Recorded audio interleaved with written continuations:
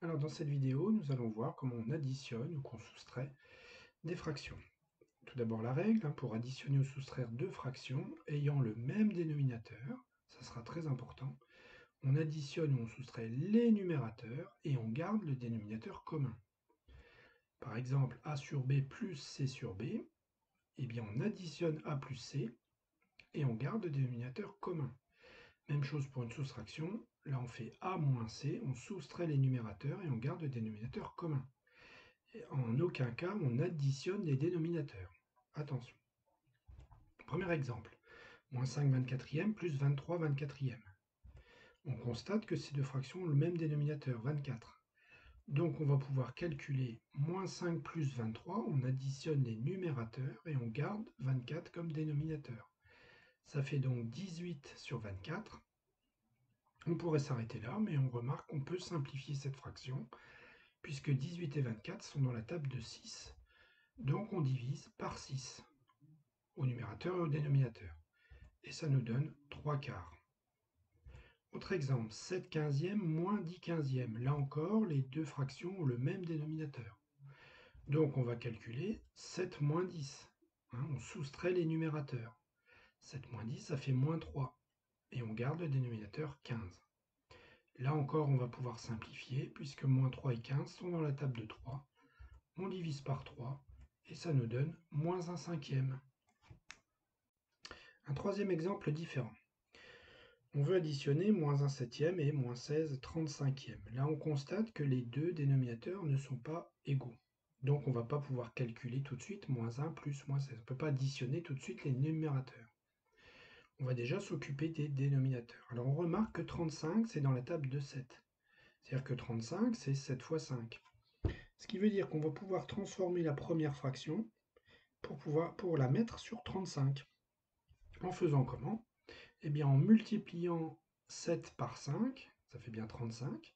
Mais attention, si vous multipliez le dénominateur par 5, il faut aussi multiplier le numérateur par 5. Et donc, ça nous donne moins 5 sur 35. Donc, cette fois, nos deux fractions ont le même dénominateur. On va pouvoir additionner maintenant les numérateurs en faisant moins 5 plus moins 16. Ça fait moins 21 et on garde 35 comme dénominateur. Moins 21, 35e. Cette fraction, on peut encore la simplifier puisqu'ils sont tous les deux dans la table de 7. Donc on divise par 7 et ça nous donne moins 3 cinquième. Alors un dernier exemple, encore différent, moins 5 18e, moins 10 12e. Alors là, on a un problème parce que ni 18 n'est dans la table de 12, ni 12 n'est dans la table de 18. Donc il va falloir trouver une autre méthode. Eh bien la méthode, c'est tout simplement d'écrire les tables de multiplication de 18 et de 12, jusqu'à trouver un multiple commun. Alors par exemple 12, on va écrire la table de 12. Donc 12, 24, c'est facile, il suffit d'additionner 12 à chaque fois, 24, 36, 48, bon, etc. On verra si on a besoin de plus tout à l'heure. Et puis maintenant on va écrire la table de 18, 18, 36, ah, on s'arrête, parce que là on voit tout de suite un multiple commun, 36. Eh bien ce 36 sera notre dénominateur commun. Donc il va falloir ici transformer les deux fractions. On va d'abord s'occuper de moins 5 18e, en faisant x2, parce que 18 fois 2, ça fait 36. Mais on fait x2 au numérateur aussi, moins 5 fois 2, ça fait moins 10. Moins, et on s'occupe maintenant de la deuxième fraction, 10 12e, on va la mettre aussi sur 36, en faisant cette fois x3. 12 fois 3, 36, 10 fois 3, 30. Et bien maintenant que les deux fractions ont le même dénominateur, ça y est, on peut les calculer.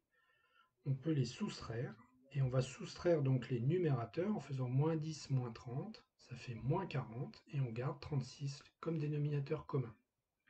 Donc le résultat, c'est moins 40 sur 36. On peut simplifier ces deux nombres, enfin cette fraction, pardon, en divisant par 4. Et ça nous donne moins 10 neuvième.